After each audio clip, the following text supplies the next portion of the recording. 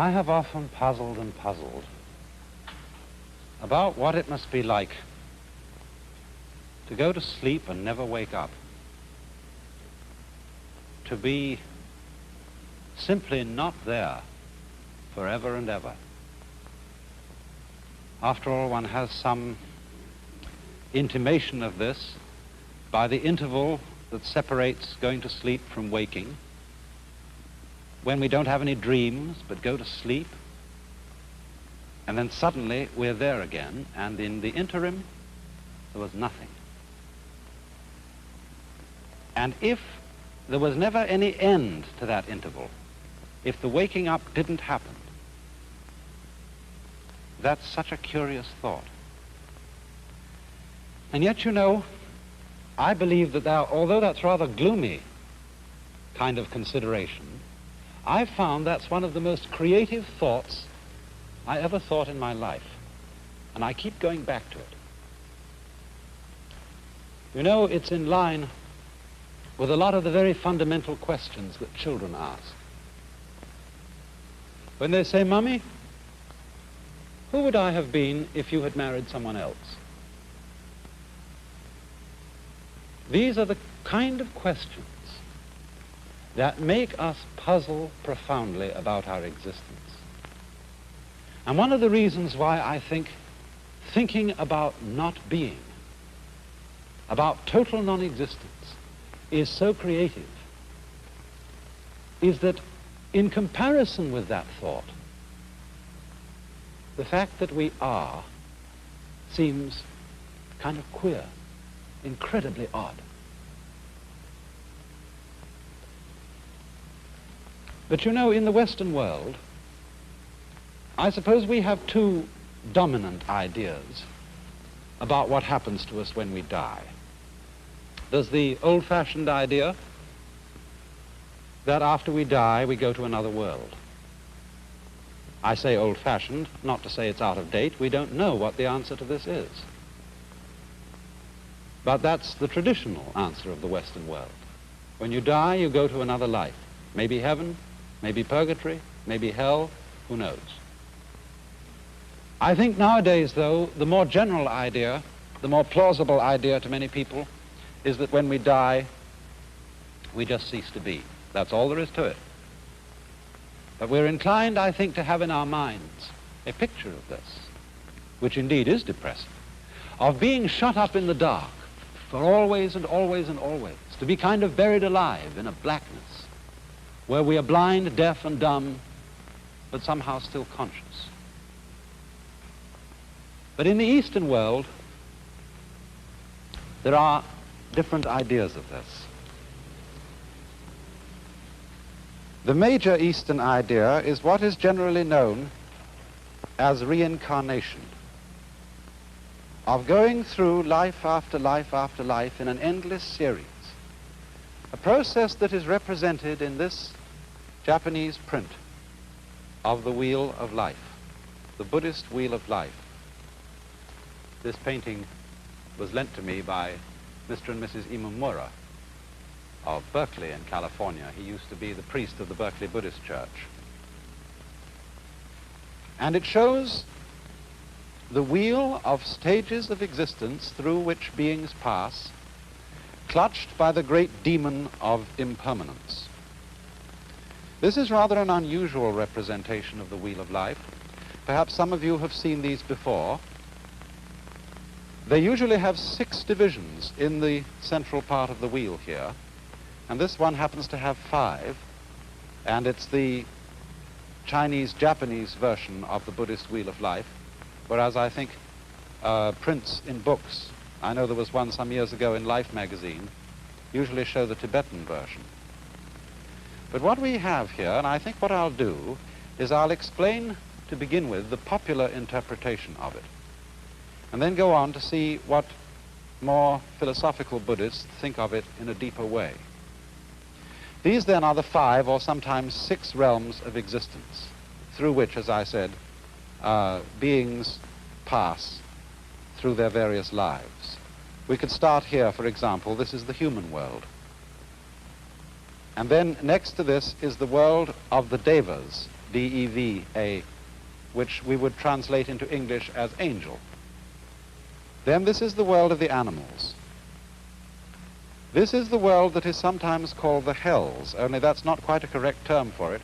It should be called the world of the purgatories, because in this scheme of the universe, there is no everlasting state. There is no everlasting heaven and there is no everlasting hell. The demon of impermanence clutches the whole thing, and they all terminate. Next to the hells, there is the realm of what are called pretas, P-R-E-T-A. They are frustrated spirits, sometimes shown with very large stomachs and very tiny mouths, enormous appetite, but very small means of satisfying it. And the idea is, you see, that in the course of his development, the individual goes through life after life. If he does well, he ascends towards the heavens. If he does ill, he descends to the hells. Or he may fall from the human state to the animal state, or fall from the human state to the state of the ghosts. But the point that has to be remembered in the Buddhist idea of transmigration or reincarnation is that you can never stop anywhere. You may ascend to heaven, but what goes up must eventually come down. You may descend to hell, but what goes down must eventually come up.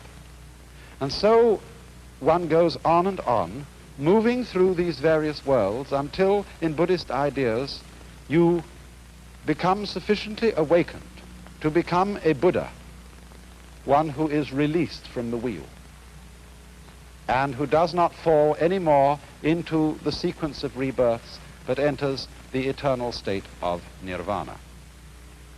Now, if you will look closer again, you will see that there are a number of figures round the outside of the wheel.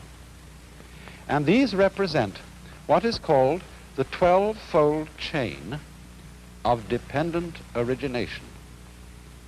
That is to say, they are a series of links which form what might be called the sequence of life. They are, as it were, a schematic diagram of the force or the process that keeps this wheel rotating. And the chain starts with a demon down at the bottom here, who represents ignorance, or perhaps unconsciousness, the state of not knowing. Then next in order, you'll see a potter's wheel, and this represents potentialities of life. Next comes a monkey, who represents consciousness. A man in a boat. For some reason, this represents the combination of name and form. Words bringing out shapes. Words identifying shapes and things in the world. Here comes sense consciousness, the five senses, a man's body with the senses exposed. And here comes contact, a pair of lovers. After this, there comes perception. I am not quite sure what the symbol in this wheel is. It seems to show a man with a sword behind a screen and two women playing in front of the screen. The usual symbol you find here for perception is a man with an arrow in his eye, showing the pain involved in the perception of the world. The next in the link is desire. It shows a woman with twins. The next one here is called grasping, and that shows a man with a basket into which he is trying to get the fruits of life. And then as we come over round the wheel, we get a figure which means growth. I think this is one of the gods of prosperity, but it means growth, the fullness of life. Here is birth, a woman in parturition. Here is old age. And then, although the final stage of the links of dependent origination, as they are usually drawn, shows this one as the last and calls it old age and death, in this particular wheel they've been spread out so that you get old age, grief. No, excuse me, this is sickness. Old age, sickness, death, grief, compassion, suffering, and again back into ignorance. Here's another figure of ignorance, the camel being led by a blind man. Now, what I want you to notice particularly about this is that the chain represents what is called in Sanskrit the process of karma. I'm going to write that word because it's very fundamental to an understanding of this whole problem. Karma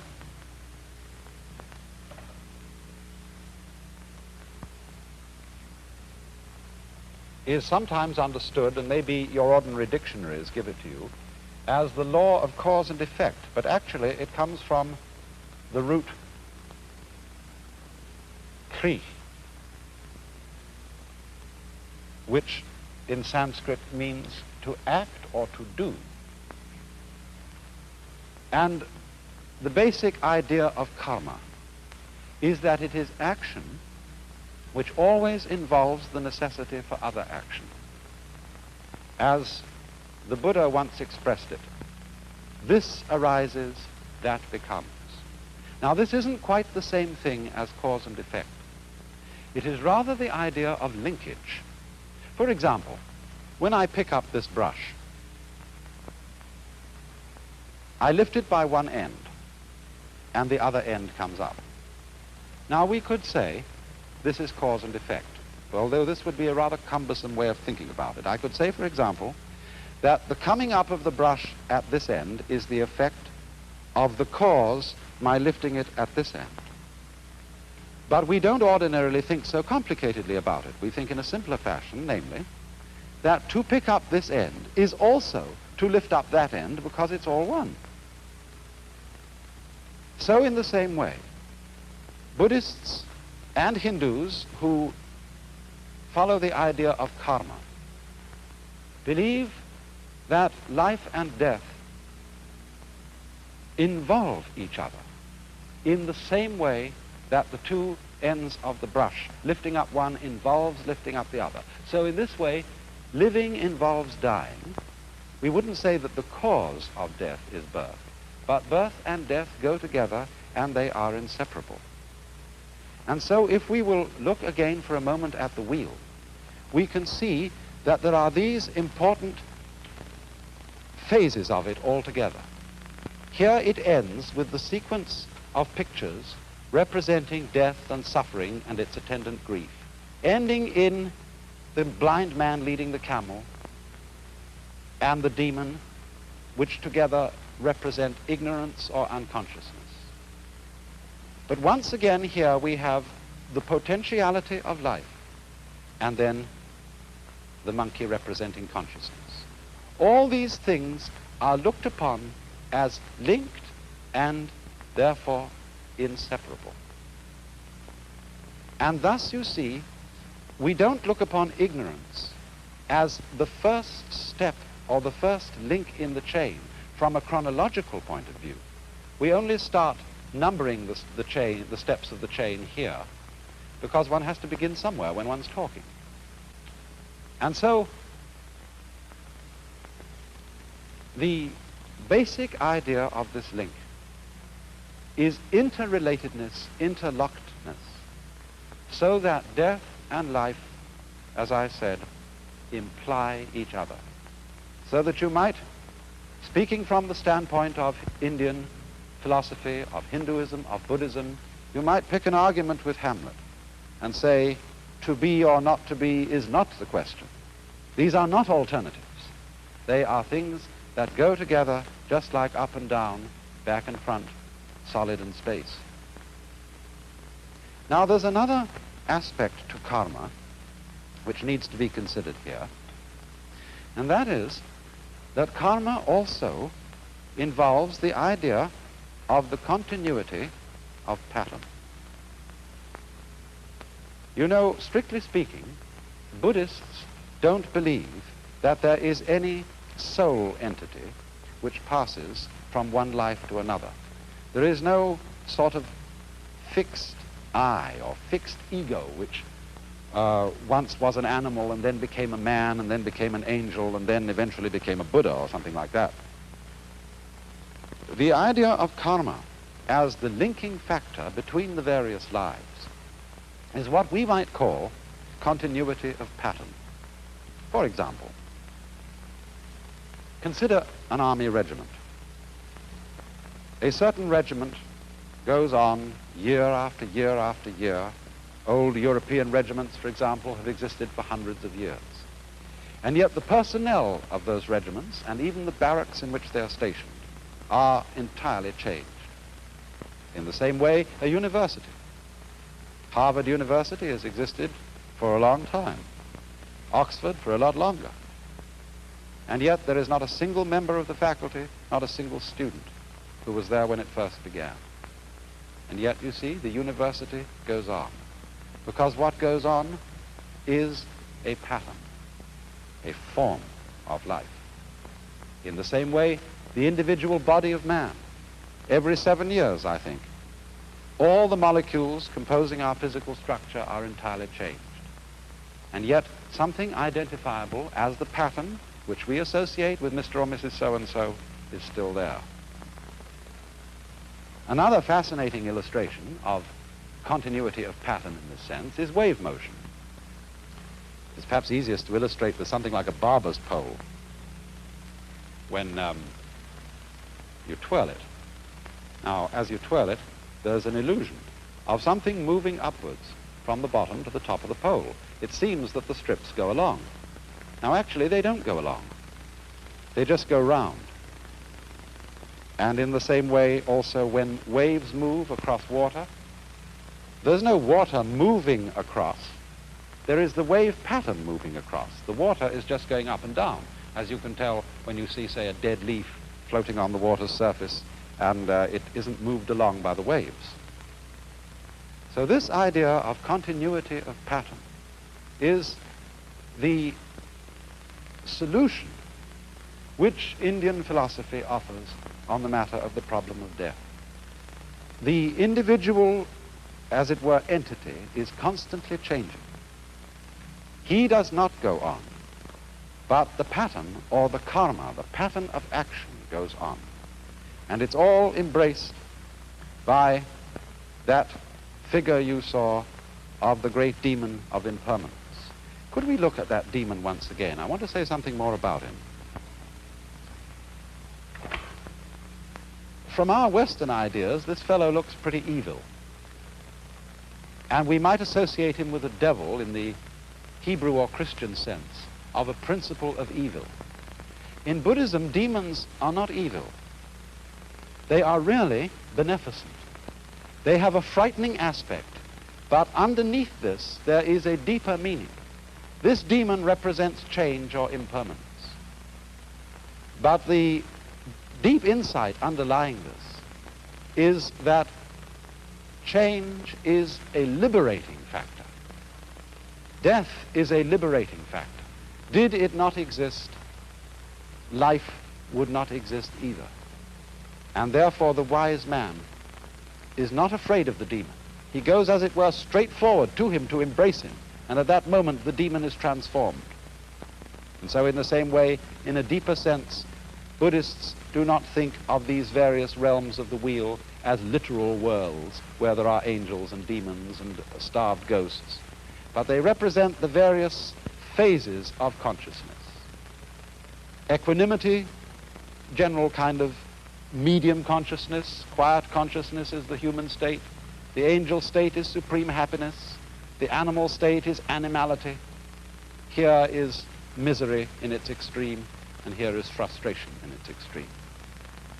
But the fundamental idea of the whole wheel that we have to remember, the idea of karma, is the interlocking, the interdependence of being and not being, of death and life, and the fact that the demon of change is really a disguise of the very source of life, the death without which life is impossible. the change without which life is totally boring. Now, of course, when any idea like that is explained, the first thing that we ask is it true? Is there a process of rebirth? Do our patterns go on and have influence to an illimitable future? But you know, as this idea is held by deeply thoughtful Hindus and Buddhists, it isn't a belief in something which we can't prove. It's really quite a self-evident notion. Think of it in this way. Supposing I make two statements. Statement one: after I die, I shall be reborn again as a baby, but I shall forget my former life. Statement two: after I die, a baby will be born. Now, I believe that those two statements are saying exactly the same thing. And we know that the second one is true. Babies are always being born. Conscious beings of all kinds are constantly coming into existence after others die. But why would I think that the two statements are really the same statement? Because after all, if you die and your memory comes to an end, and you forget who you were, being reborn again is exactly the equivalent of somebody else being born, because we have no consciousness of our continuity unless we have memory. If the memory goes, then we might just as well be somebody else. But it seems to me that the fascinating thing about this is that although a particular set of memories vanishes, death is not the end of consciousness. In other words, we are deluded by a kind of fantasy if we think of death as endless darkness. Endless nothingness is not only inconceivable, but it's logically absolutely meaningless, because we aren't able to have any idea, much less sensation of nothing, unless it can be compared with a sensation of something.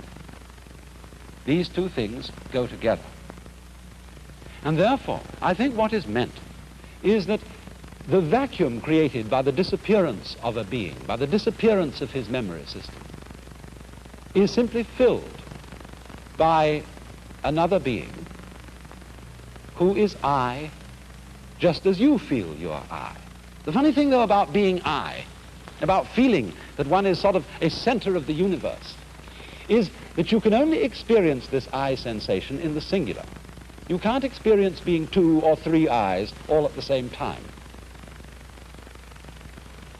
Now then, it seems to me that this idea has three very important consequences.